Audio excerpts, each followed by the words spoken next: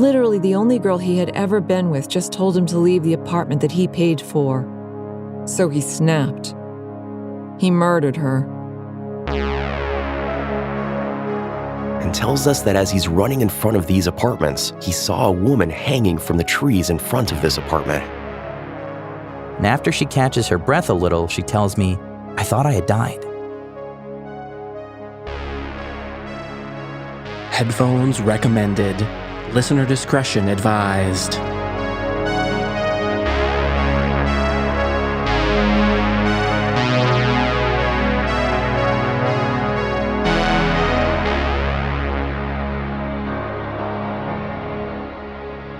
Welcome back in, everyone. I'm your host, Chad. You're just moments away from true tales of terror that will leave you breathless. So brace yourself. This is Disturbed.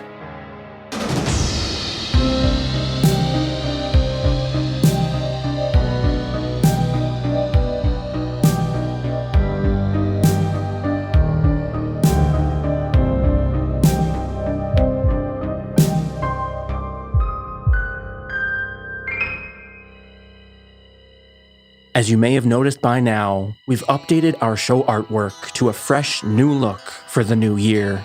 I hope you guys enjoy it. And feel free to let me know what you guys think on our hotline, 701-354-3667. Now, our first experience comes with a warning.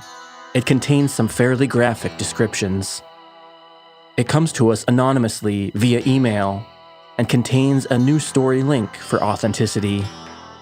Performing this experience is Nicole Doolin.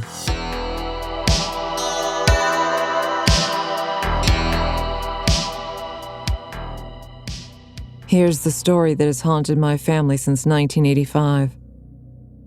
The backstory is a little long, but necessary for understanding the events of that day my dad's best friend became a murderer. My family is 99% immigrants. So when they moved to America, living in the inner city had the best means for survival. More jobs, other people who have also immigrated from the same places, and stores that solely sold 99-cent milk. My dad had his little group of 5 homies, who had been friends since birth because their parents were all from the same area of Sicily. They did everything together. Holidays, neighborhood egg wars, pretty much all of the mischief that can be done when living in the outer bends of the Big Apple. My dad lived on a street that was strictly Sicilian immigrant families. The next street over were the immigrant families from Russia. Then the next street were the immigrant families from South America, etc. It was the inner city. So you stick to who you know, and if anyone tries to mess with you and your neighborhood gang, then it would be its own little turf war, like a West Side Story, without the coordinated dance moves and songs. So whenever these turf wars occurred, my dad would tell me that his one friend from their squad, we're going to call him F, was the guy you always wanted on your side for a fight. He was tough, had no mercy when it came to a fist fight, and was fiercely loyal to his friends, even when his friends were the ones who were being idiots. My dad always talked about how much of a good-looking group they were. All big, muscular Sicilian men who talked with a heavy New Jersey accent and didn't take shit from anyone. So naturally, girls would always swoon over them. When they reached their prime ages of around 15 or 16 years old, they all started to get serious girlfriends. It was the 80s, so everyone was looking for their significant other at that point. Everyone in my dad's little friend group had boothangs, except for F. F wasn't as good with the ladies as the rest of them were, so he stayed single for the longest. My parents had been dating since then, so my mom would join occasionally. My mom's a feisty Colombian woman, so she fit right in with their tough demeanor. F worked at a garage, so all of the homies would hang out there. But when dinner time rolled around, everyone would dip to go get their girls, leaving him alone. Sometimes my dad would feel bad because F would have this look on his face when his friends would leave, pressuring my father to stay and hang out until closing. Him and my dad were the closest, Like I said, loyalty was one of their heavily practiced values. But when my father would leave to hang out with my mom, he always ended up coming back to the shop at some point, because there would be something wrong with his car. The most common problem was a leaky tire. So my dad would call him up. They would crack a few beers, sit at the shop and patch up this damn leaky tire. As time went on, my parents started to get more serious. So he would spend more time with her and less time with F. F did not like this at all. He would get really jealous. My dad was aware that he was getting jealous. And coincidentally, his one leaky tire became more common and had to go to the garage more often, specifically the one that F worked at, because he wouldn't charge his homie for a quick tire repair. But this time, since it was more frequent, my dad started getting suspicious. One day, my dad woke up and got ready to pick up my mom for lunch and walked out to see his car missing. Freaking out, he called his little squad together to go out and look for his car and fight the guy who was responsible for taking his beloved Corvette. Long story short, they found the car in the next neighborhood over, so they assumed it was another turf thing. My dad, still suspicious of F and his actions, kept note of the missing car. On a Sunday afternoon, right before they were going to play a game of neighborhood baseball with the other little squads around the town, F picked up my dad for lunch. They decided to stop at the convenience store beforehand to pick up snacks and beer. When my dad reached in the glove compartment to hand F his wallet, in there he found a sharp nail, a hammer, and little pieces of tire rubber stuck to the nail. So his suspicions came to life when he realized that his friend had been damaging his car on purpose to come hang out with him at the garage and ditch his girlfriend, my mom. My dad confronted F about this whole situation, and F stayed silent and had no response. Nonetheless, their friendship became awkward and my dad distanced himself a bit. A few years later, F got his first girlfriend at 21 years old. Needless to say, he fell head over heels for her very quickly. Since he had been working at this garage since he was around 15 years old, he had a lot of money put away. And once things started to become more serious with his girlfriend of 3 months, he rented a beautiful, fully furnished apartment for them and her 2 kids from a previous relationship. He loved her kids, and her mother, who they used to play bingo with every Friday night. A few days before Christmas, his girlfriend dropped the bomb on him. She told him he needed to leave the apartment as soon as possible because her baby daddy was getting out of jail in 2 weeks, and he had no idea F existed, let alone that they were living together. He became enraged. He was confused, upset, and filled with emotions. Literally, the only girl he had ever been with just told him to leave the apartment that he paid for. So he snapped. And so, he murdered her. He beat her in the bathroom with a toy car in the head until she wasn't breathing. He murdered her 20-month-old son, drowned him until he was unconscious. Thinking that the baby was dead, he left him on the couch while he wrapped up his now dead girlfriend in a garbage bag and threw her into the garbage dumpster right outside of the window. He turned to the kid to throw him in next, but he was still alive. He took the still-breathing kid, brought him to the nearby railroad track, placed him underneath a thick piece of plywood, and left him there to die. Shortly after he had committed these murders, he washed his hands and headed over to her mother's house to play their Friday night bingo games. He got there, said hello to his girlfriend's oldest daughter and his girlfriend's mother. They started to play bingo. The mother kept asking F where her daughter was and if she was going to make it in time for dinner. He just kept responding, "I don't know," acting clueless and enjoying his game of bingo. When her family truly realized she and the youngest son were missing, they went over to the apartment. Her dad peeped in the window and noticed the floor covered in blood. So he kicked the door in, revealing this brutal murder scene, with the daughter and son nowhere to be found. Promptly, they called the police, and eventually they found the body in the garbage dumpster outside of the apartment, They didn't find the son's body until shortly after F's arraignment. F received 2 life sentences. However, he studied a bunch of law books in jail, hired a new attorney, and got his 2 life sentences down to 1 life sentence, and his 1 life sentence down to a 50-year sentence, and then down again to a 30-year sentence. How he did that? I don't know. I'm a paralegal right now, and I still have no idea what the hell he did. My dad found this out a few days after everything had happened, when he was working at the local grocery store stacking the newspapers. My dad was shook.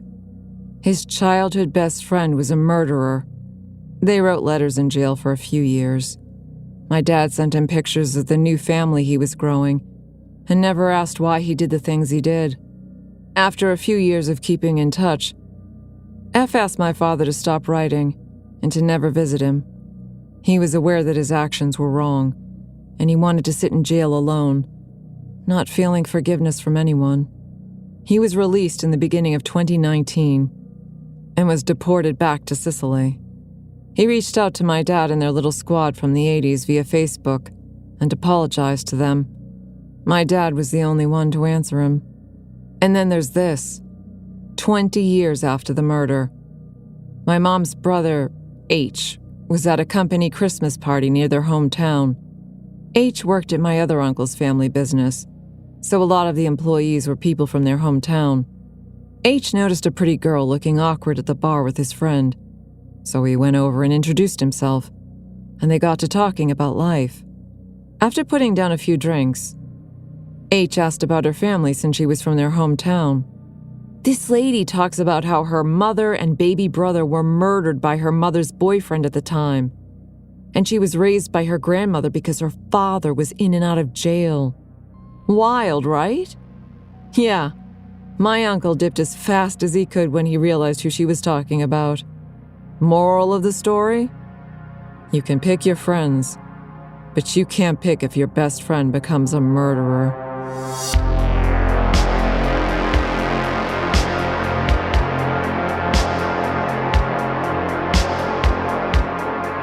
A huge thank you to our newest Patreon members, whose contributions help keep the show running smoothly. Kristen Buchanan, Dallas, Bonnie Jameson, Matt Sakia, Joshua LeBlanc, Linda, Ethan Soblin, Nick, Crystal H, and Stephanie. Thanks so much for supporting the show. They're all enjoying an ad-free listening experience, early access, and our bonus series of Disturbing Calls. 6 bonus episodes await all Patreon members and are available to binge right now. Visit patreon.com/disturbedpodcast to join today.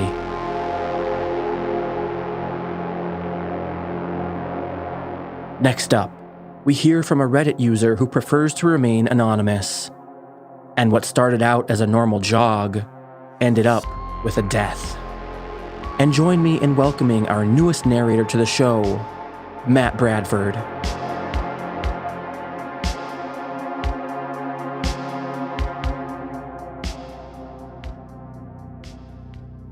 About 5 years ago, I was living at home with my parents and my twin brother was there too. Every morning at about 7 a.m., we would both head out for a run. We had mapped out this giant loop that we would run, and to make it a bit of a competition, I would run it in one direction and my twin would run in the other direction. That way we could both run and stay focused. A part of this loop was on the main street of the city my parents live in.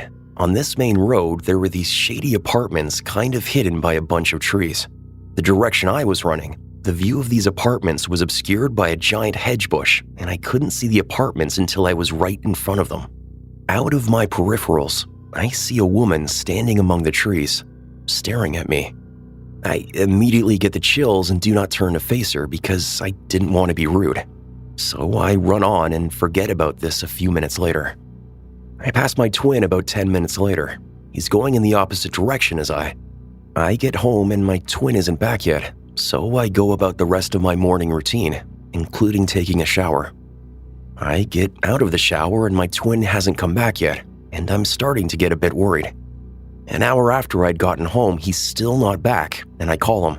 He tells me he's on his way back, and he has something he needs to tell me and my parents. He finally gets home and tells us that as he's running in front of these apartments, he saw a woman hanging from the trees in front of this apartment. As soon as it's obvious he's seen her, a man comes sprinting from the apartments, wailing and screaming, "No, I can't believe she did this," and grabs her body and lays her on the ground and starts performing CPR. It's obvious that he is her husband. My brother calls the local police and they dispatch an ambulance and police officers. My brother has to stay for questioning and a witness report and all that jazz. He is obviously troubled by it. Since he was going the opposite way that I was running, he didn't have a hedge obscuring his view and got a straight-on view of this woman hanging there. It's still hard for me to believe that the woman I saw staring at me out of my peripherals was dead the entire time. I do find it very sketchy that the husband came running out as soon as it was obvious that someone had discovered the body. That is a bit too convenient if you ask me. But I don't want to say this man killed his wife without any evidence. My brother has never followed up with the police, leading me to believe that death was ruled out as a suicide. I just still can't fathom that if I would have turned to face this woman, I would have discovered her about 20 minutes earlier than my twin had, and it deeply troubles me that I didn't.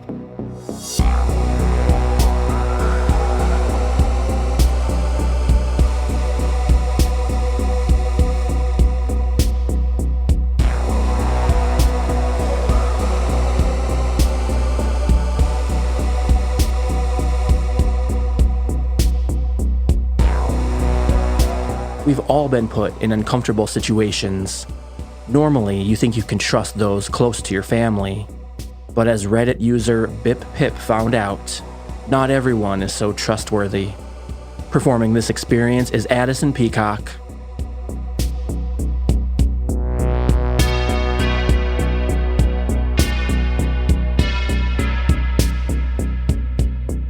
Some backstory.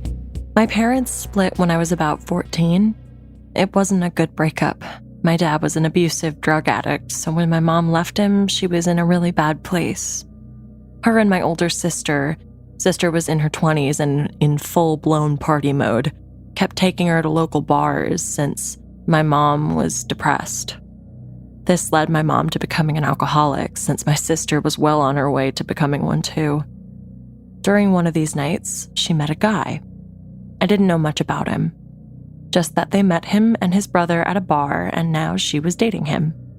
It went pretty fast, and my sister would flirt with the brother to get free food and drinks from him. Around this time, I was about 15, and this dude just seemed off.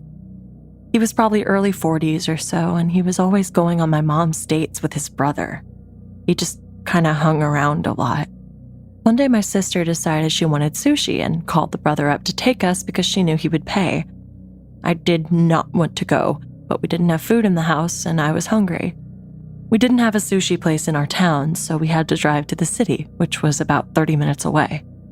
The entire ride, I just had this warning feeling in my stomach that kept telling me to get out of the car, that this was a bad idea.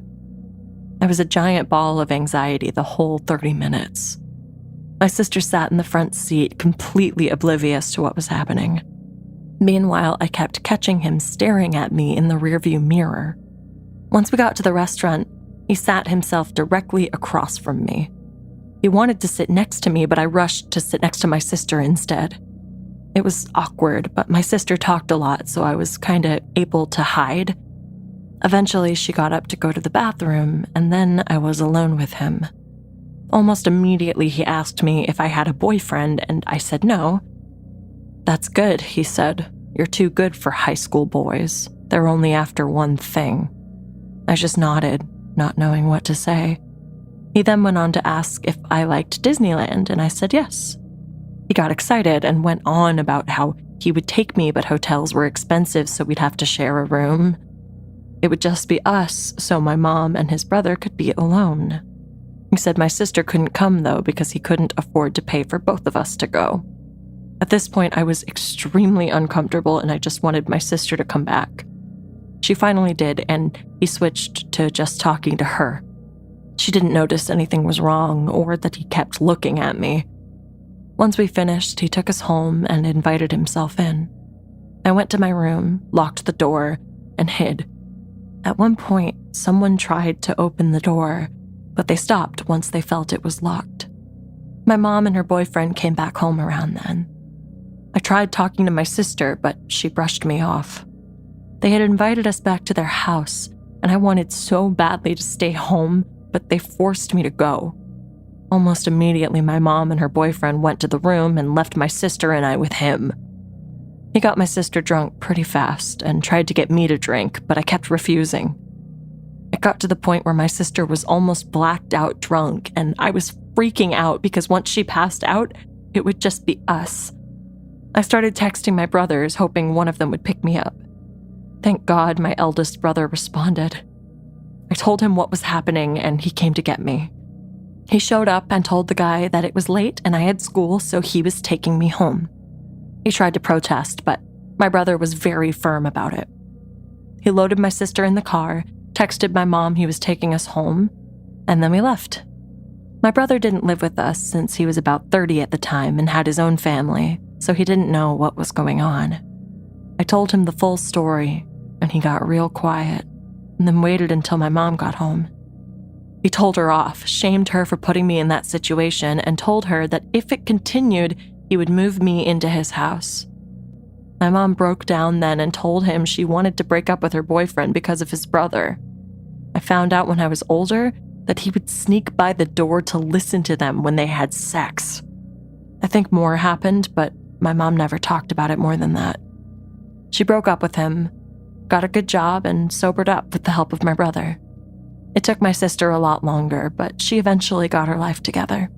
So, the creepy brother of my mom's ex-boyfriend, let's not meet again.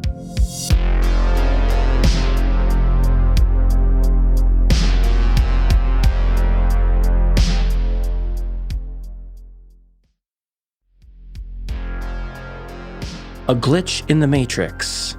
When something happens that perhaps pulls back the veil on a true reality that maybe we can't perceive.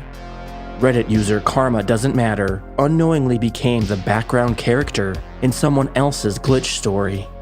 Performing this experience is Tom Aglio.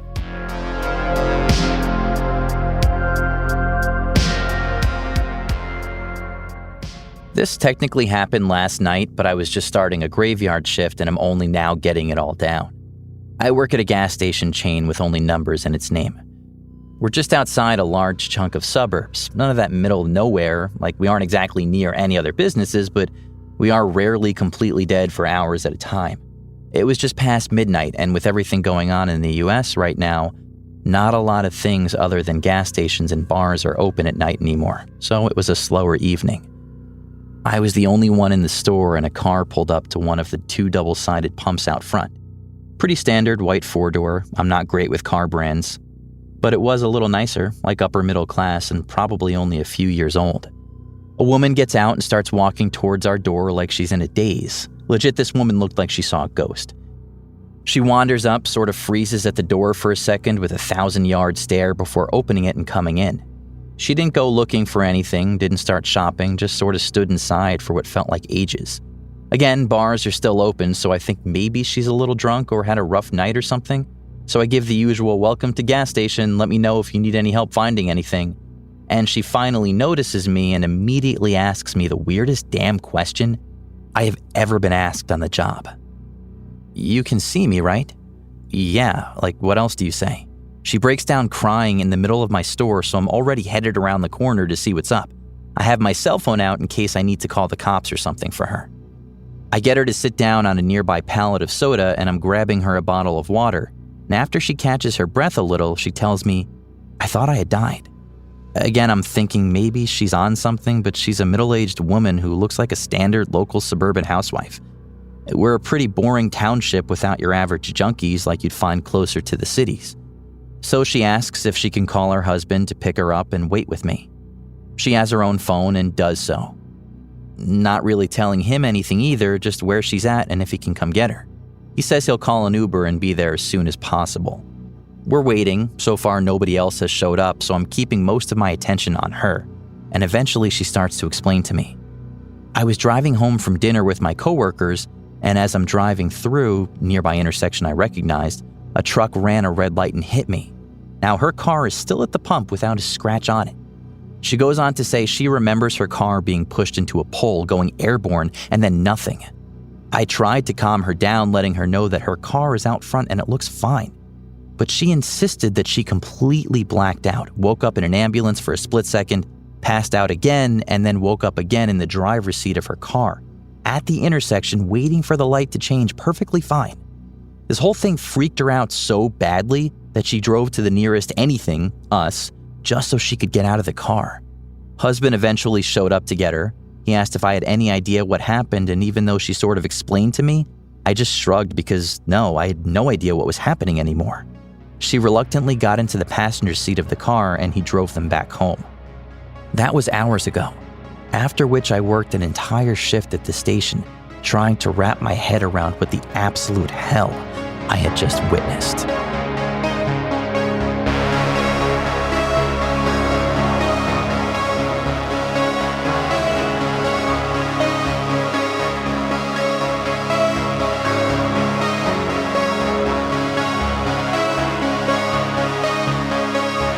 Disturbed is a Disturbed Media original podcast.